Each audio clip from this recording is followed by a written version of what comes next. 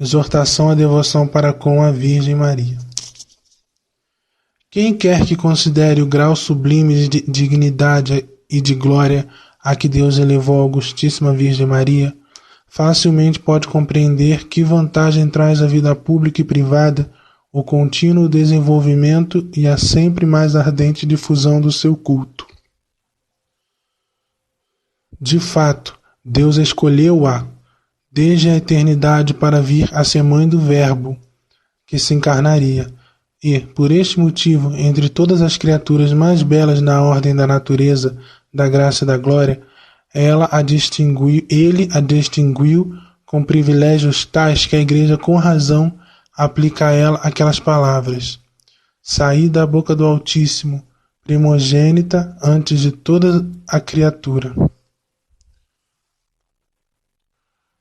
Quando, pois, se iniciou o curso dos séculos, os progenitores do gênero humano, caídos na culpa, e aos seus descendentes, contaminados pela mesma mancha, ela foi dada como penhor da futura reconciliação e salvação.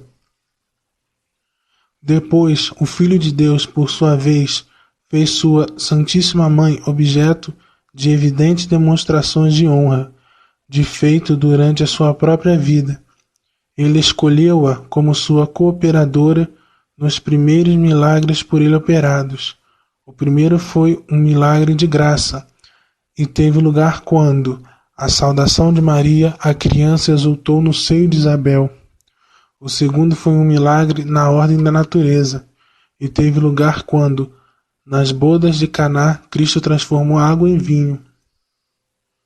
Chegado depois ao termo da sua vida pública, quando estava em via de estabelecer e selar com seu sangue divino o Novo Testamento, ele confiou-a ao seu apóstolo predileto, com aquelas suavíssimas palavras: eis aí a tua mãe. Portanto, nós que, embora indignamente representamos Cristo na terra, Filho de Deus, enquanto tivermos vida, nunca cessaremos de promover a glória dela. E, como sentimos que, pelo peso grande dos anos, a nossa vida não poderá durar ainda muito, não podemos deixar de repetir a todos os nossos filhos e a cada um deles em particular as últimas palavras que Cristo nos deixou como testamento, enquanto pendia na cruz. Eis aí a tua mãe. Ó, como nos consideraríamos felizes se as nossas recomendações chegassem a fazer com que cada fiel não tivesse na terra nada mais importante ou mais caro do que a devoção a Nossa Senhora, e pudesse aplicar a si mesmo as palavras que João escreveu de si: o discípulo tomou-a consigo. Ora, ao aproximar-se o mês de outubro, não querendo que, nem também este ano, veneráveis irmãos, vos falte uma nossa carta para, com o ardor de que somos capazes, recomendar de novo a todos os católicos quererem ganhar para si mesmos e para a Igreja tão trabalhada a proteção da Virgem, com a recitação do Rosário. Prática esta que, no descambar deste século, por divina disposição, se tem maravilhosamente afirmado para despertar a esmorecida piedade dos fiéis, como claramente atesta notáveis templos e célebres santuários dedicados à Mãe de Deus.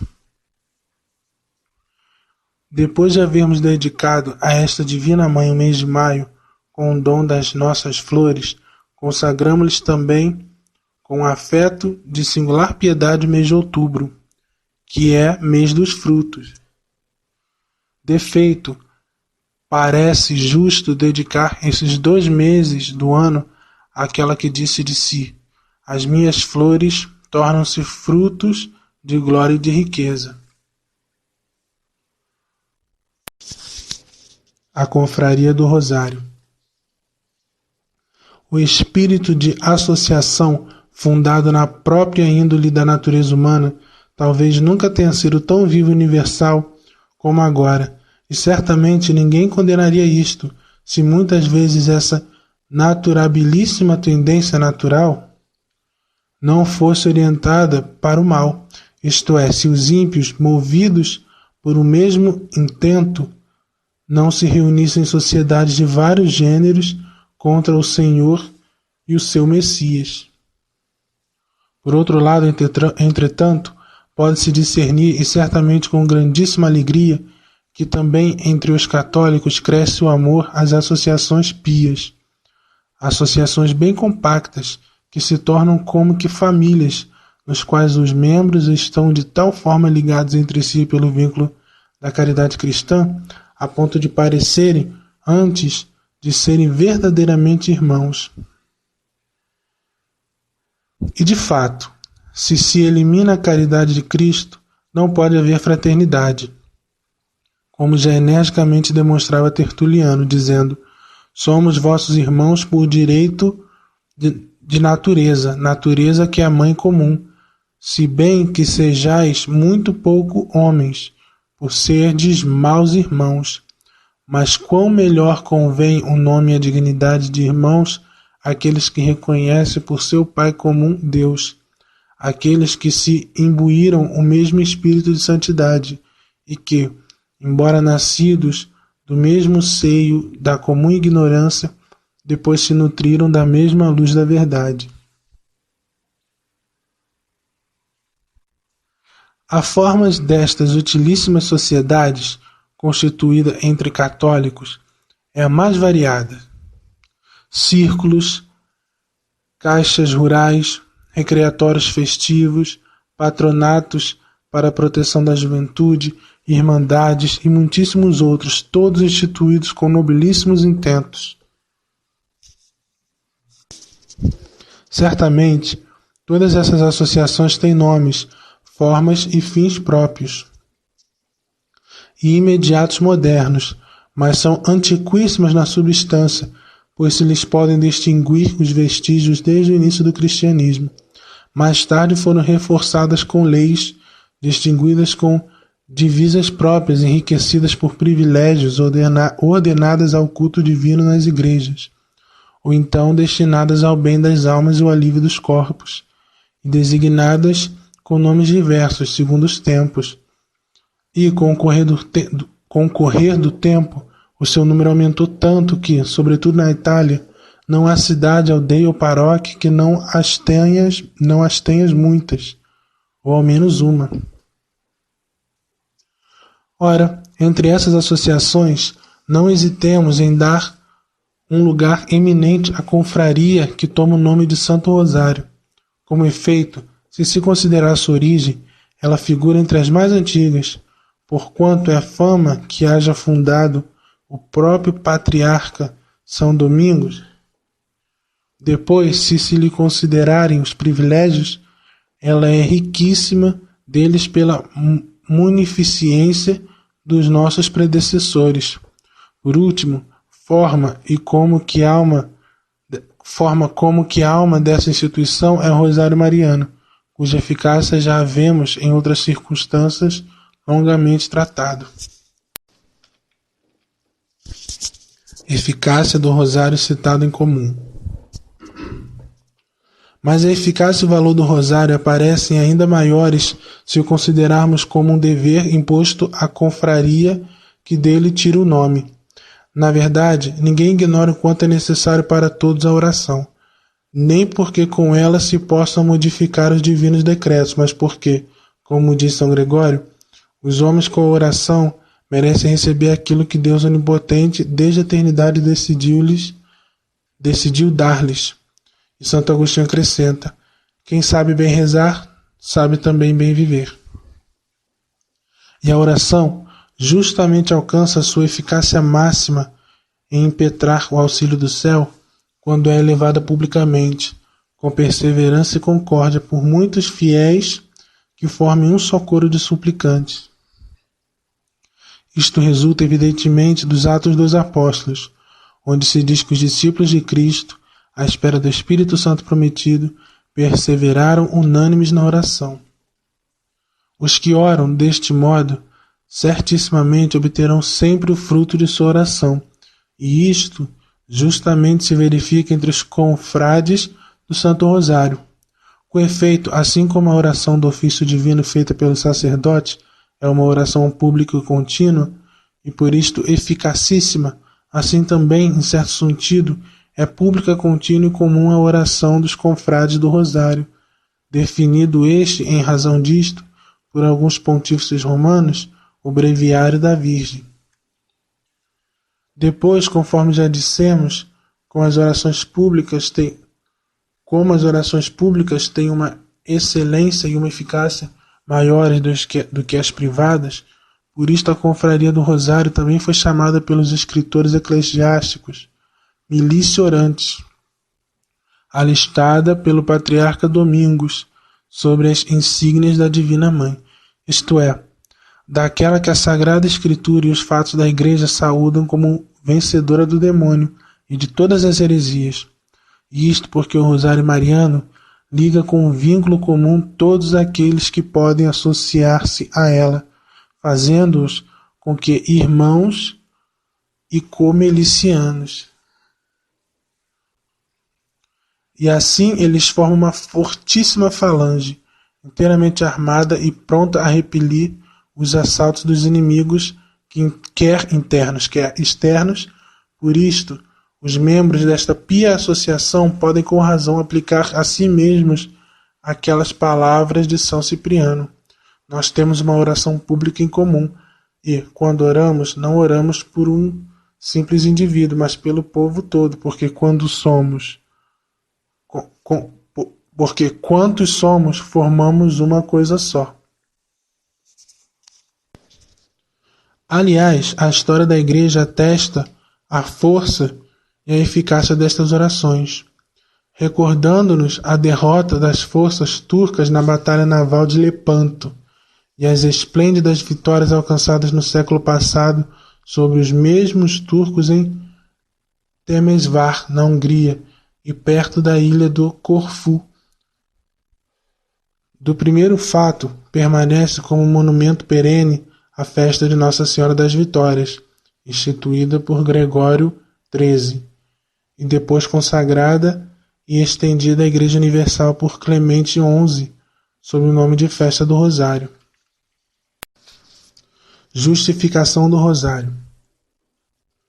Pelo fato, pois, de estar esta milícia orante alistada sob a bandeira da Divina Mãe, ela adquire uma nova força e se ilustra de nova alegria, como sobretudo demonstra na recitação do Rosário e frequente repetição da saudação angélica depois da oração dominical.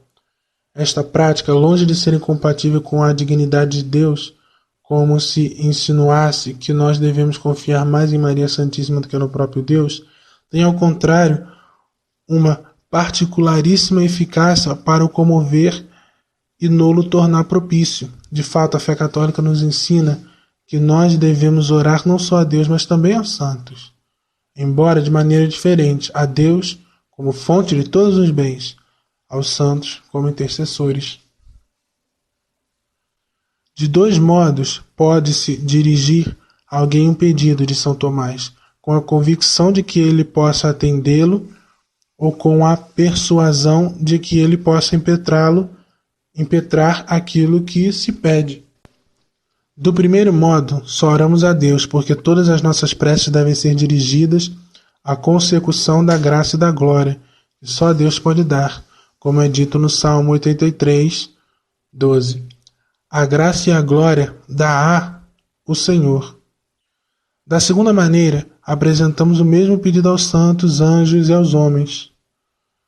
Não para que, por meio deles, Deus venha a conhecer os nossos pedidos, mas para que, pela intercessão deles e pelos seus méritos, as nossas preces sejam atendidas. E por isso, no capítulo 8 do versículo 4 do Apocalipse, se diz que o fumo dos aromas, pelas orações dos santos, subiu da mão do anjo à presença de Deus. Ora, entre todos os santos que habitam as mansões bem-aventuradas, quem poderá competir com a augusta Mãe de Deus em impetrar a graça? Quem poderá com maior clareza ver no Verbo eterno de Deus as nossas angústias e as nossas necessidades? A quem foi concedido o maior poder de comover a Deus? Quem como ela tem entranhas de maternal piedade? É este precisamente o motivo pelo qual nós não oramos aos santos do céu do mesmo modo como oramos a Deus, porque a Santíssima Trindade, porquanto a Santíssima Trindade pedimos que tenha piedade de nós, ao passo que a todos os outros santos pedimos que rogue por nós. Em vez disso, a oração que dirigimos a Maria tem algo em comum com o culto que se presta a Deus, tanto que a Igreja invoca com esta expressão que se costuma endereçar a Deus: tem piedade dos pecadores. Portanto, os confrades do Santo Rosário fazem muito bem em entrelaçar tantas saudações e tantas preces a Maria, com outras tantas coroas de rosas.